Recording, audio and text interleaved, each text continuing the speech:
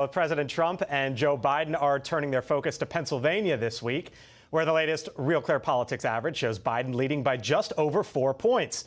The former vice president will travel to Harrisburg later this afternoon. The two sides not holding back as we enter the final stretch of the 2020 race. Every time I see Biden speak, it says Delaware, Delaware, Delaware. He never leaves. I'm all over the country. And then when I watch Biden getting asked questions that are really meant for a child to answer, anybody could answer, and I look at the level of question that you people ask, I mean, honestly, it's disgraceful. Donald Trump is not fit to be the job of president, to be the commander-in-chief. The American people really need to understand all the pain and suffering stems from President Trump's failure to lead. And that's just the table setter. Meantime, Vice President Pence and Senator Harris are set to spend Labor Day campaigning in Wisconsin. And that is where we find Peter Doocy this morning. He is live in Milwaukee. So, Peter, what's on the schedule there today?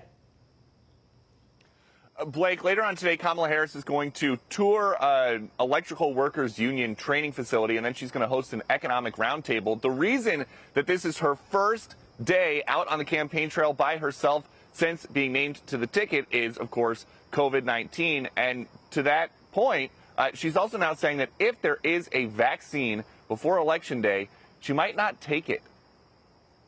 So let's just say there's a vaccine that is approved and even distributed before the election. Would you get it?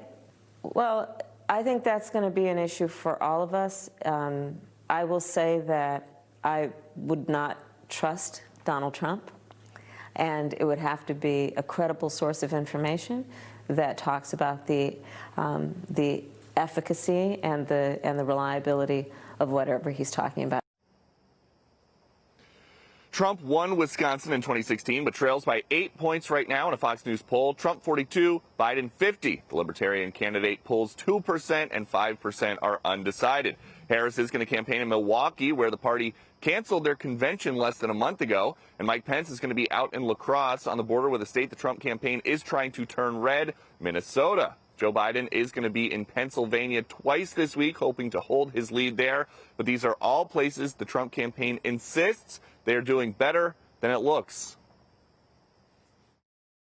You know that we always discount public polling because they oversample Democrats and undersample Republicans. Our internals for a long time, and even today, show that in the 17 battleground states that we continuously survey, the president is very strong, either tied or ahead of Joe Biden.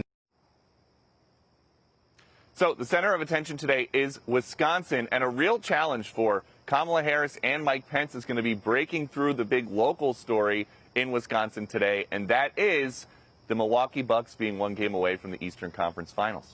Blake? Beat my Miami Heat in overtime last night, Peter. Peter Doocy for us there in Wisconsin. Peter, thanks.